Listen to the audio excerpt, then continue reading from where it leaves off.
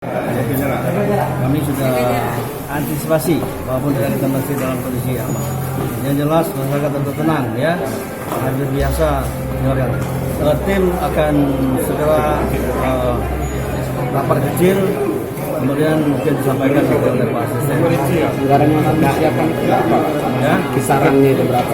banyak, Dari 20% itu.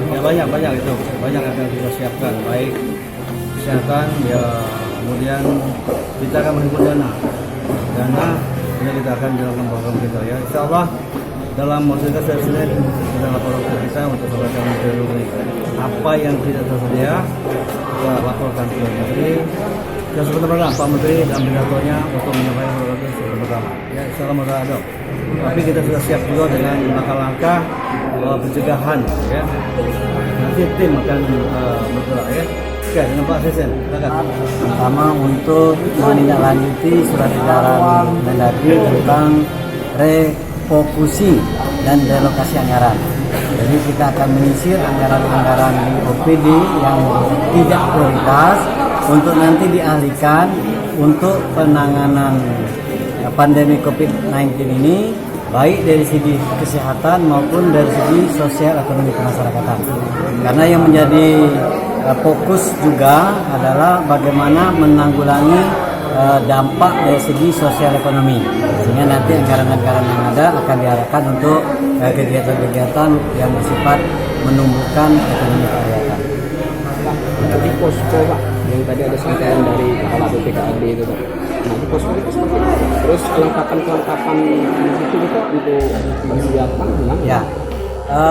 Posko seperti sudah sering kita lakukan, yaitu dilengkapi dengan tenaga baik dari medis, dari BPBD, dari kepolisian ya. Kemudian secara kelengkapan kesehatan itu semuanya, hand sanitizer, APD, kemudian terutama pendeteksi suhu.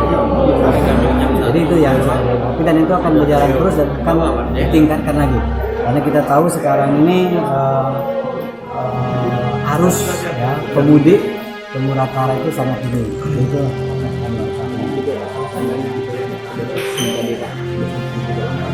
ya, jadi kan kita sudah ada protokolnya.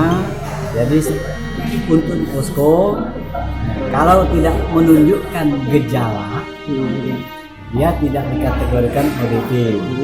Kalau dia menunjukkan gejala demam, suhunya 37,5 derajat lebih atau 38, berarti dia masuk kategori ODP.